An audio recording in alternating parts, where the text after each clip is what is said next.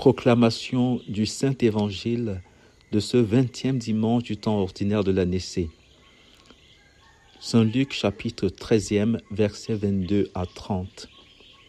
En ce temps-là, tandis qu'il faisait route vers Jérusalem, Jésus traversait villes et villages en enseignant. Quelqu'un lui demanda, « Seigneur, n'y a-t-il que peu de gens qui soient sauvés ?» Jésus leur dit, « Efforcez-vous d'entrer par la porte étroite, car je vous le déclare, beaucoup chercheront à entrer et n'y parviendront pas. Lorsque le maître de maison se sera levé pour fermer la porte, si vous du dehors, vous vous mettez à frapper à la porte en disant, « Seigneur, ouvre-nous », il vous répondra, « Je ne sais pas d'où vous êtes. » Alors vous vous mettrez à dire, « Nous avons mangé et bu en ta présence, et tu as enseigné sur nos places. » Il vous répondra, « Je ne sais pas d'où vous êtes. Éloignez-vous de moi, vous tous qui commettez l'injustice. » Là, il y aura des pleurs et des grincements de dents, quand vous verrez Abraham, Isaac et Jacob, et tous les prophètes dans le royaume de Dieu, et que vous-même, vous serez jetés dehors.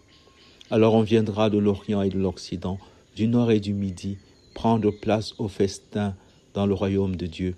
Oui, il y a des derniers qui seront premiers, et des premiers qui seront derniers.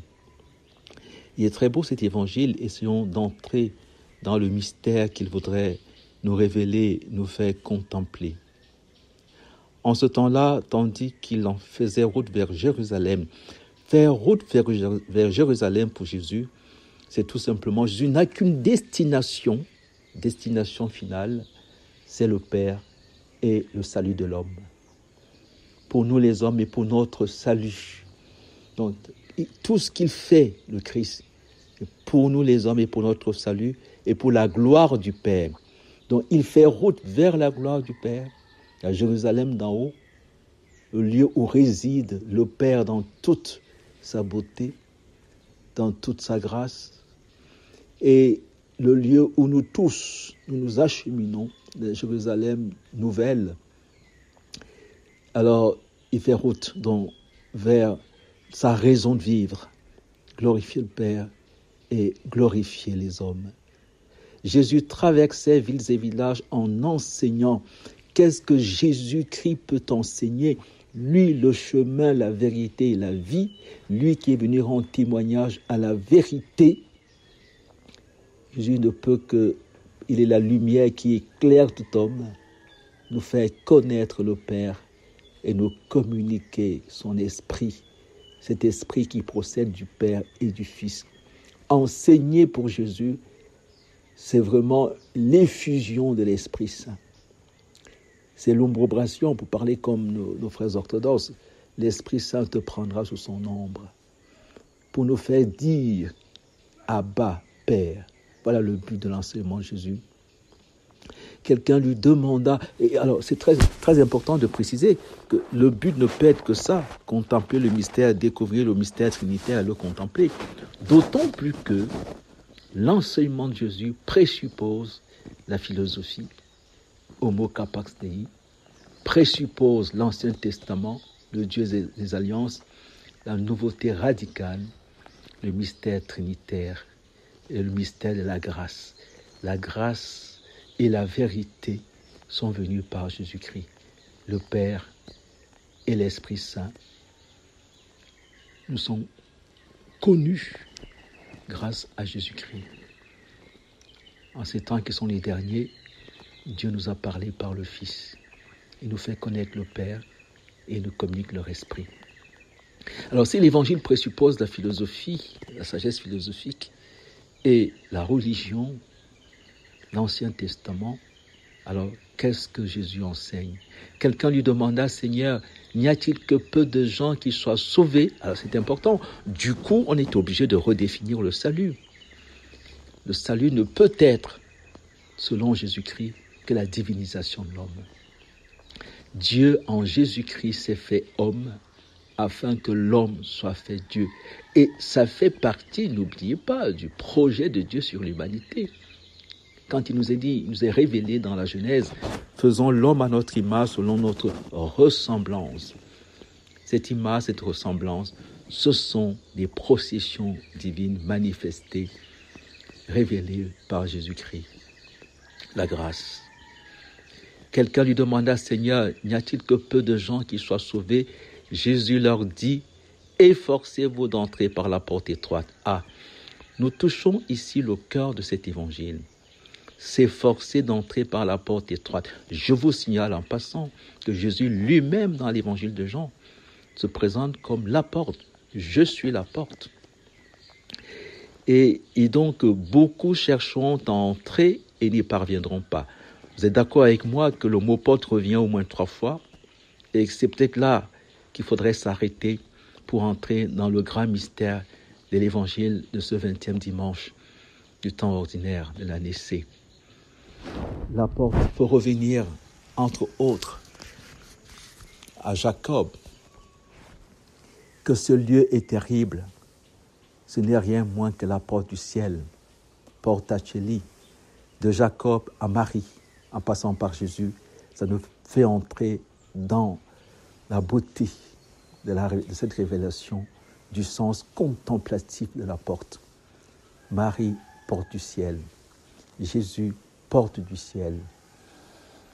Et Jacob voit ce lieu, il est révélé à Jacob que ce lieu, qu'est-ce que ce lieu est terrible.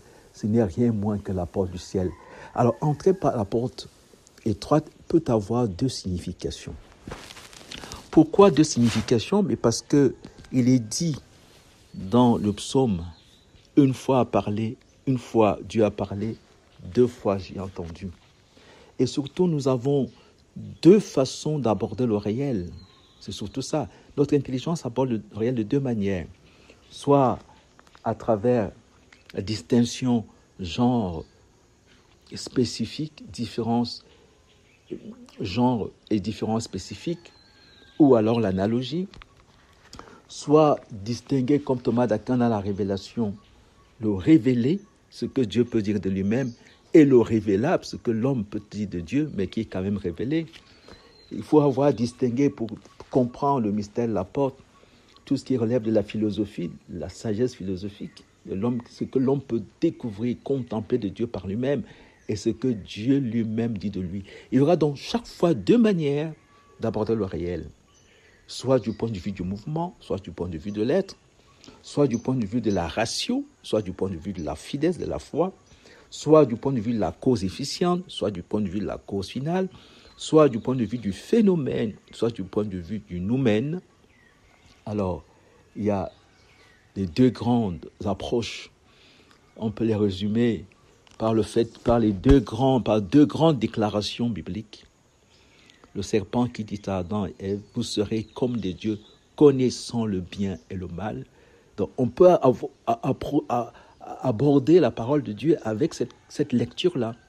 Distinction bien et mal.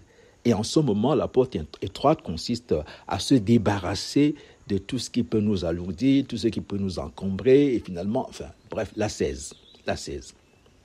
Se débarrasser du mal. Mais vous êtes d'accord avec moi que ce n'est pas suffisant. Si le salut est la divinisation de l'homme, il ne peut pas être tout simplement le fait d'être légalement correct, le fait d'être moralement impeccable. Ça ne suffit pas, puisque la morale ne divinise pas tout de suite. Mais par contre, l'évangile humanise, il y a de la morale, bien sûr, l'évangile urbanise, nous permet de vivre en société, la cité de Dieu de Saint-Augustin, et l'évangile nous divinise, puisque c'est le Verbe de Dieu lui-même qui, en prenant chair de notre chair, nous communique sa divinité.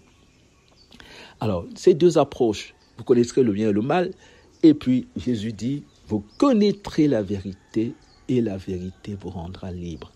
Donc la porte étroite du point de vue de la vérité qui rend libre, du point de vue contemplatif, du point de vue analogique, du point de vue du révélé, du point de vue de la cause finale, du point de vue du noumène et non du phénomène, du point de vue de l'être et non pas seulement du mouvement. La porte étroite n'est-elle pas le Christ lui-même, qu'il est entré dans ce monde par une porte étroite, à savoir sa mère, qui voudrait entrer dans notre monde à travers des portes étroites qui sont nos cœurs.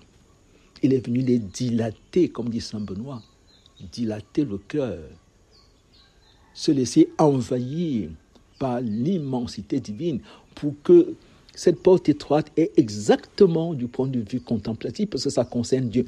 Du point de vue philosophique, ça concerne l'homme qui doit faire des efforts, bien sûr, pour se convertir, pour être humain, pour être agréable à Dieu. On est d'accord. Mais cela ne suffit pas, puisque le texte dit, nous avons accompli des miracles en ton nom, nous avons bu en ta présence, tu as enseigné sur nos places, il vous répondra, je ne sais pas d'où vous êtes. Parce que vous êtes restés vous-même. Éloignez-vous de moi, vous qui commettez l'injustice, vous qui refusez d'être ajustis à Dieu. L'injustice, c'est le fait de ne pas laisser Dieu être Dieu dans nos vies, de ne pas être ajusté à Dieu. L'injustice, c'est de refuser la ressemblance avec le divin. Or, vous verrez Abraham, Isaac et Jacob, qu'est-ce qui les caractérise? Mais la foi. La foi qui les a connaturalisés à Dieu, qui fait qu'à travers le sacrifice d'Abraham, nous voyons le Père qui livre son Fils unique. À travers Isaac qui bénit Jacob, nous voyons le Fils qui nous bénit, le Fils ressuscité qui bénit ses apôtres et qui leur communique son esprit. À travers Jacob, qui a vécu le songe, à qui il a été dit, tu t'appelleras Israël, c'est-à-dire plus fort que Dieu. Nous voyons le Christ à la croix, qui a vaincu pour nous, qui a accepté d'assumer la mort pour nous donner sa vie. Nous contemplons à travers Jacob la gratuité absolue de Dieu, qui va jusqu'à assumer notre petitesse pour nous donner sa grandeur, qui va jusqu'à entrer par la porte étroite de la petite Vierge Marie, pour venir en ce monde, nous communiquer la grandeur de sa miséricorde. Lui qui va entrer par les portes étroites de nos cœurs. Oui, l'homme entre par la porte étroite quand il se débarrasse de tout ce qui l'éloigne de Dieu. Lorsqu'il ne préfère rien à Dieu, la porte étroite, la porte des vertus théologales, de la foi, de l'espérance et de la charité. Mais au final, le vrai sens, le sens contemplatif de la porte, c'est quand Dieu vient vers les hommes. Quand Dieu se dépouille, dit saint Paul, ne retenant pas le rang qu'il égalait à Dieu, il s'est anéanti. Ce n'est même pas seulement la porte étroite, il s'est anéanti, il est mort, il a porté la croix. Il est venu, voici que je me tiens à la porte, je frappe, dit-il. Il frappe à nos portes étroites, il veut y entrer. Ouvre-moi, ouvre-moi. On le voit dans l'Apocalypse. Voici que je me tiens à la porte et je frappe. On le voit à travers l'Évangile.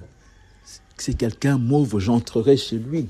Lui qui est le plus grand que les cieux accepte de venir vivre dans notre corps humain pour que notre corps humain devienne le lieu où habite la plénitude de la divinité, la porte étroite quand il se fait homme, la porte étroite quand il est présent dans l'Eucharistie, la porte étroite quand il est présent dans les sacrements, dans nos vies, quand nous acceptons de l'accueillir, quand nous supplions Dieu de nous donner la joie de l'accueillir sans le diminuer. Nous qui sommes la porte étroite, qui pouvons donc par nature, en le recevant, le diminuer, puisque nous ne sommes pas aussi grands que les cieux. Et voilà qu'il accepte. La porte étroite, c'est quand le plus petit que nous sommes contient le plus grand qui est Dieu sans le diminuer. Amen.